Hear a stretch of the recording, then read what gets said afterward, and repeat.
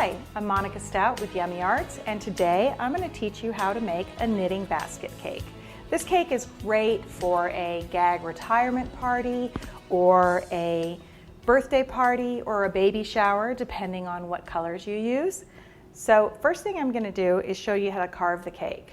Now you can see I've done a 7-inch layer and an 8-inch layer.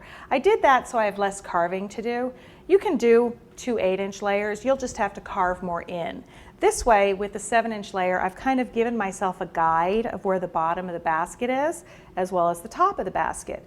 And I have very little carving to do. So I'm going to show you. Basically, I'm just going to carve this point off. It's as simple as this. And I'm going to go all the way around, kind of keeping it at the same angle. And you want to have a turntable for this because it makes it incredibly easy for sculpting. And I'm just going to keep going all the way around, taking that little bit of a corner off.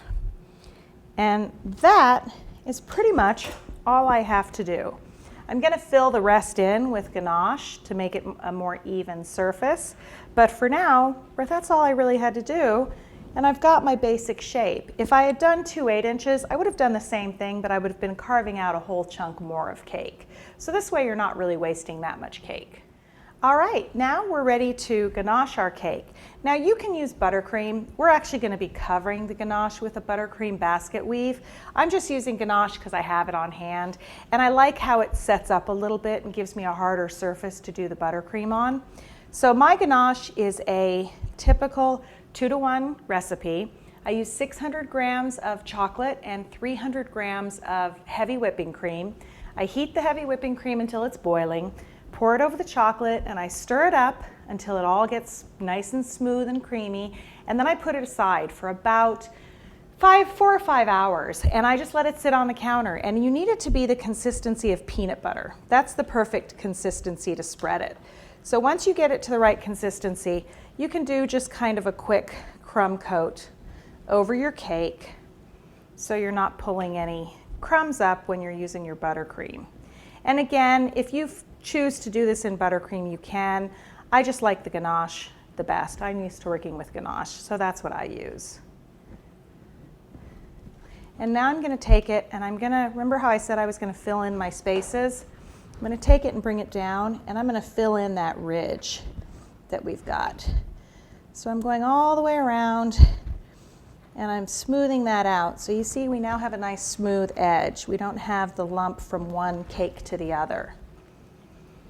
And that way, when we start doing our basket weave, we're going to have a nice smooth surface to work on. So I'm going to take this all the way around, get my edges, and fill in that ledge all the way around. I like to put it on the top and then bring it to the bottom so that it doesn't all drip down. So I'm putting it on the top and then I'm kind of bringing it down like this and filling that space in. And then I can just keep my spatula in the same spot and spin my board, and it makes it nice and even. So I'm going to show that to you again, get my top kind of smoothed out. And again, it doesn't need to be perfect because we're going to be putting a basket weave buttercream over it. So I put my palette knife at the angle I want, and I just spin the turntable around, and I get a nice smooth edge. And so now I'm going to clean up these edges on the base board, and then we'll be ready to buttercream.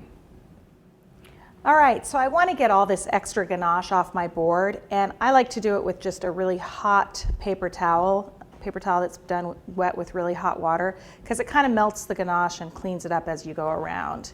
So you might have to use a couple of different paper towels, but that gets the board nice and clean and gives you a nice area to get all cleaned up, ready for your basket weave, because you don't want the board all dirty and then try to clean it up after you've done the basket weave, because you'll ding up the weave of the basket, and you don't want to do that. There we go.